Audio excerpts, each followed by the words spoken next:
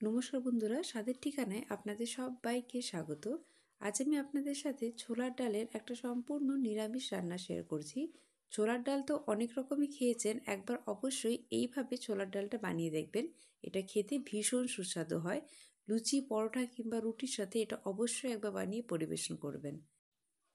এই ছোলার ডালের রান্নাটা করার জন্য প্রথমে একটা কড়াই গরম করে তার মধ্যে জল দিয়ে দিচ্ছি একটু গরম হওয়ার জন্য।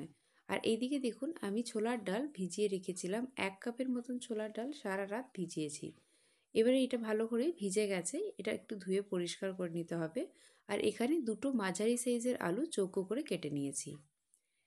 এই যে জলটা একটু গরম হয়ে গেছে, তারপরে ছোলার ডালটা ধুয়ে নিয়েছি, ধুয়ে এটা আমি এর মধ্যে দিয়ে দিলাম। আর এই ছোলার ডালের সাথে যে আলুটা আমি রেখেছিলাম সেটাও আমি এখানে একই সাথে দিয়ে দিচ্ছি। ছোলার ডাল আর আলুটা আমি কড়াইয়ে সেদ্ধ করে নেব। তার সাথে এখানে দিয়ে দিচ্ছি স্বাদ মতো নুন, আর দিয়ে দিচ্ছি অল্প একটু হলুদের গুঁড়ো, ছোটো চামচের হাফ চামচের মতন হলুদের গুঁড়ো দিয়েছি। আর তার সাথে একটু দিয়ে দিয়েছি সর্ষের তেল। আর এটা একটু মিক্স করে আমি ঢাকা দিয়ে এটাকে ভালো করে সেদ্ধ করে নেব। খুব বেশি সময় লাগবে না এটা সেদ্ধ হতে, যেহেতু ছোলার ডালটা খুব ভালোভাবে ভিজে গেছে। প্রায় 10 মিনিটের মতন সেদ্ধ করে নিলেই কিন্তু হয়ে যাবে। দেখুন, 10 মিনিট পরে গ্যাসের ফ্লেমটা অফ করে আরও 2 মিনিট পরে আমি ঢাকাটা খুলে আপনাদের দেখাচ্ছি। ছোলার ডাল একদম ভালোভাবে সেদ্ধ হয়ে গেছে। এবার একটা কড়াইয়ের মধ্যে তেল নিচ্ছি। এখানে আমি সর্ষের তেলে রান্নাটা করব, আপনারা চাইলে কিন্তু সাদা তেল বা ঘি দিয়েও করতে পারেন। তেল গরম হয়ে যাওয়ার পর এখানে আমি অল্প একটু কাজু নিয়েছি। কাজুটা একটু হালকা করে ভেজে নিচ্ছি। একদম হালকা করে কাজুটা ভাজতে হবে। একটু হালকা লাল লাল হওয়ার পরে এখানে আমি দিয়ে দিচ্ছি অল্প একটু কিশমিশ। কাজুটা তুলে নিচ্ছি। খুব বেশি লাল করে কাজুটা ভাজা যাবে না, তাই হালকা করে ভেজেছি। আর এবারে কিশমিশটা আমি একইভাবে ভেজে নিচ্ছি। দেখুন, কাজু কিশমিশ ভাজা হয়ে গেছে, একটা জায়গার মধ্যে আমি তুলে নিচ্ছি। এই রান্নাটা একবার অবশ্যই নিরামিষের দিনে জলখাবার কিংবা রাতে রুটির সাথে বানিয়ে দেখবেন। এটা খেতে কিন্তু ভীষণই ভালো হয়। এবারে এই যে তেলটা আছে তার মধ্যে দিয়ে দিলাম ফুলকপি কুচি, আর দিয়ে দিচ্ছি গাজরের কুচি, তার সাথে দিচ্ছি কড়াইশুঁটি।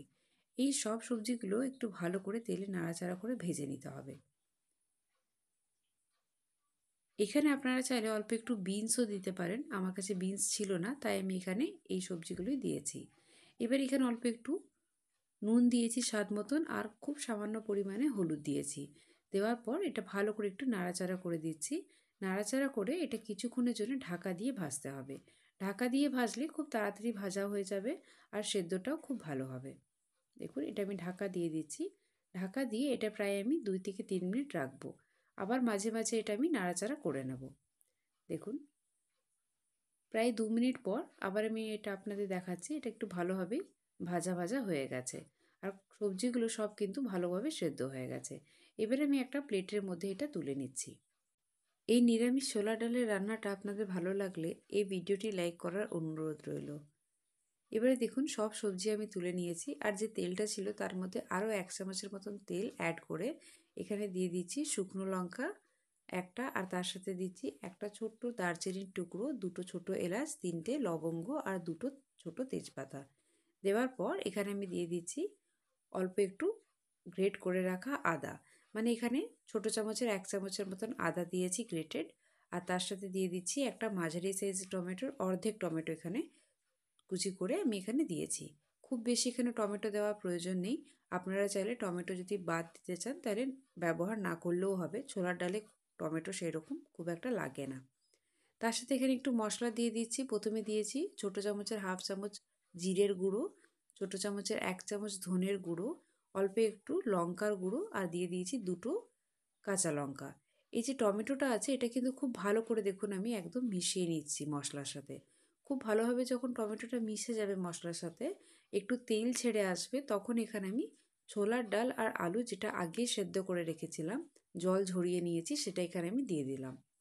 আর তার সাথে বাকি যে সবজিগুলো ছিল, ফুলকপি, গাজর, মটরশুঁটি, আর তার সাথে যে কাজু আর কিশমিশটা ছিল ভাজা, সেটা একসাথে এখানে সবটা দিয়ে দিয়েছি। দেওয়ার পর আবার এটা ভালো করে মিক্স করে নেব। এই রান্নাটা করতে একদম বেশি সময় লাগবে না। যতটুকু টাইম আপনার ছোলার ডালটা সেদ্ধ হতে লাগবে অতটুকু টাইমই লাগবে। বাকি এখানে এই রান্নাটা খুব চটজলদি হয়ে যায়। একদম হাতে কম সময় থাকলে এইরকম রান্না আপনারা একবার বাড়িতে ট্রাই করতে পারেন।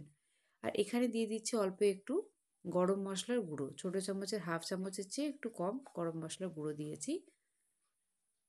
দেওয়ার পর আবার এটা ভালো করে নাড়াচাড়া করে নিচ্ছি।